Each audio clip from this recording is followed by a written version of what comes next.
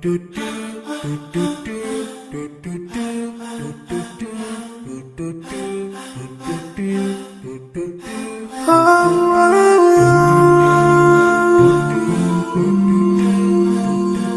yeah.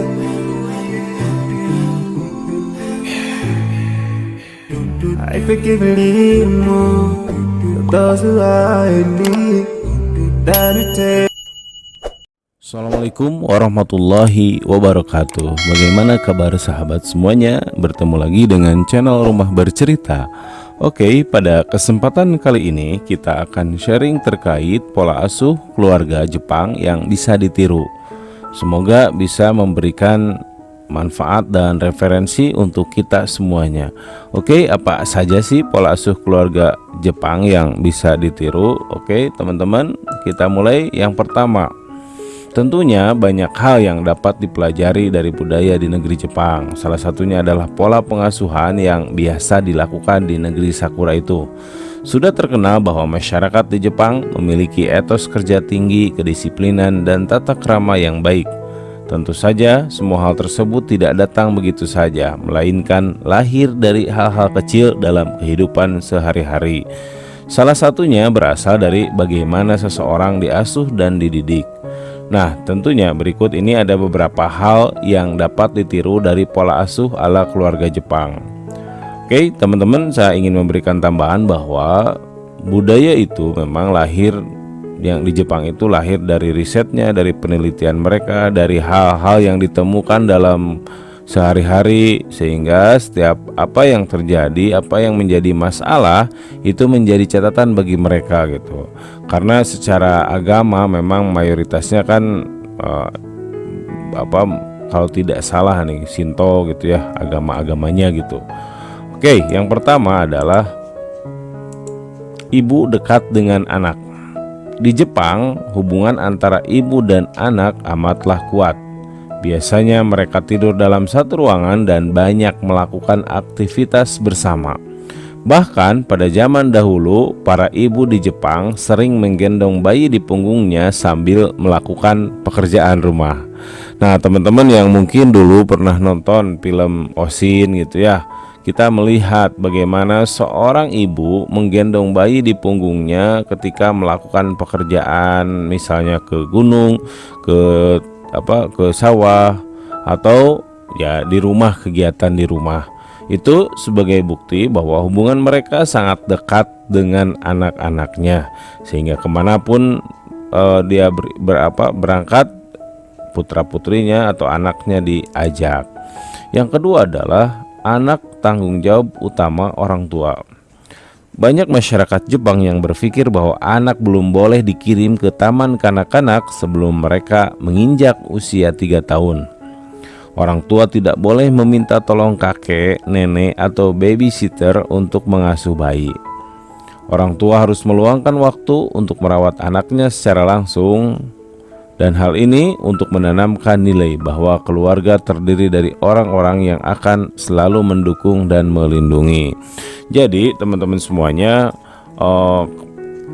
masyarakat Jepang paham, walaupun memang belum tentu mayoritas semuanya gitu. Mereka paham bahwa orang tua tidak boleh meminta tolong kakek dan neneknya serta babysitter untuk mengasuh bayi, karena itu adalah tanggung jawab utama orang tua ya. Itu yang kedua. Yang ketiga adalah mendidik anak dengan keteladanan. Nah, ini kalau kita berbicara Islamic parenting ya tentunya justru kata kuncinya adalah keteladanan. Lalu di Jepang ya, orang tua di Jepang tidak terbiasa memanjakan anak dan mendidik anak hanya dengan kata-kata atau nasihat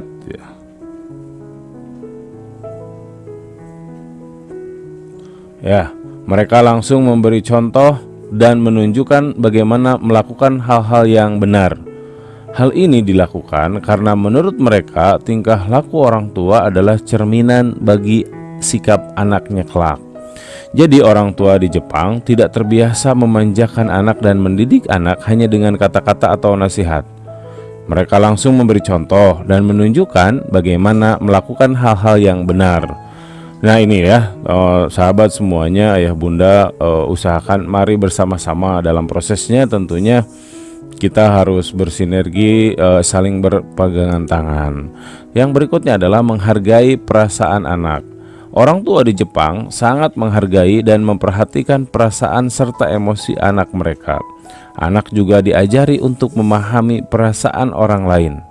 Salah satu konsep pengasuhan dasar dari orang tua Jepang yaitu sebelum anak berusia 5 tahun, anak diizinkan untuk melakukan apapun yang mereka inginkan. Dalam budaya lain mungkin dianggap kurang tepat. Namun bagi orang Jepang, prinsip ini bertujuan agar anak memiliki citra diri yang positif. Jadi anak diajari memahami perasaan orang lain. Nah, misalnya simpati dan empatinya dikuatkan. Konsep pengasuhan dasar di Jepang ini yang memang harus dicek dulu juga gitu ya. Anak diizinkan untuk melakukan apapun itu ya, konsepnya seperti apa gitu. Karena tentunya kalau bagi kita Islamic parenting ya perlu diperhatikan basisnya apakah nilai-nilai keagamaan atau bukan. Ya, yang berikutnya adalah mengajarkan kemandirian dan kedisiplinan. Anak sedini mungkin dibiasakan melakukan semua aktivitas yang menyangkut dirinya sendiri secara mandiri, secara teratur dan disiplin. Mulai dari merapikan mainan, mengenakan baju, makan sendiri, hingga toilet training. Sehingga seiring bertambahnya usia seorang anak, dia sudah terbiasa melakukan semua hal tersebut sendiri tanpa perlu dibantu. Nah, ini ketika kemarin saya mengikuti kegiatan bersama salah satu ustadz gitu ya, bahwa kalau di Indonesia itu kemandirian itu memang harus ditingkatkan. Maka mari kita ajarkan kemandirian dan sedini mungkin gitu ya, sehingga seiring bertambahnya usia seorang anak, dia sudah terbiasa melakukan semua hal tersebut tanpa perlu dibantu. Oke, itulah pola asuh keluarga Jepang yang bisa ditiru. Saya akan coba lagi. Saya coba hitung lagi nih. Yang pertama, ibu dekat dengan anak. Ibu dekat dengan anak, juga anak tanggung jawab utama orang tua, itu juga mendidik anak dengan keteladanan ya. Yang berikutnya adalah menghargai perasaan anak, dan yang terakhir tentunya mengajarkan kemandirian dan kedisiplinan.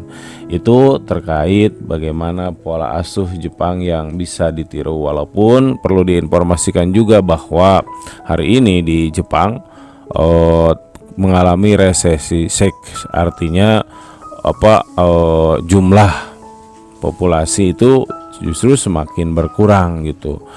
Maka Islamic parenting telah membingkai dengan baik, dan kita sebagai muslim sudah semestinya untuk menguatkan keilmuan-keilmuan terkait parenting nabawiyah yang lahir dari Nabi kita Nabi Muhammad SAW. Terima kasih, semoga bisa memberikan manfaat untuk teman-teman semuanya. Pastikan like, share, dan subscribe channel ini. Assalamualaikum warahmatullahi wabarakatuh.